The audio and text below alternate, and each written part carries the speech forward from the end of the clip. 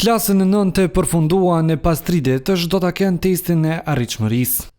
Veç edhe këta, njëjtë si para universitarët, tashmë i kanë krijuar grupet për të kopjuar, bile edhe me shkurtesa.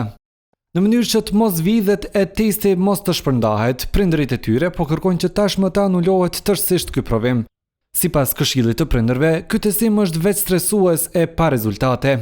Po shihet mos funksionimi i realitina dhe po shihet mënyra e kopijimit që po bëhet nëpër test me telefonat ndryshëm dhe në këto teste nxënësit më shumë i kanë mësuar nxënësit të cilët kanë qenë shembullorë dhe të shkëlqyeshëm.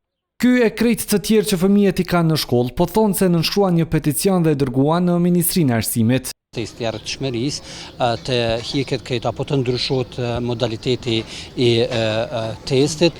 As për njërin e as për tjetrën që 2 muaj ata nuk kanë marrë përgjigje nga ky dikaster, e njëjtë sikurse me ta mashti veproi edhe me Klan Kosovën.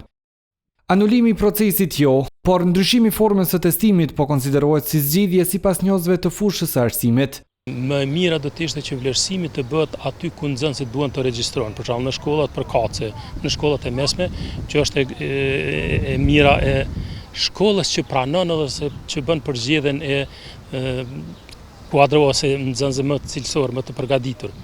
Testi i arritshmërisë do të mbahet të shtunën, ndërkaq edhe për semimaturantët vlen rregullat e njëjta. Ndalohet përdorimi i telefonit gjatë procesit të testimit.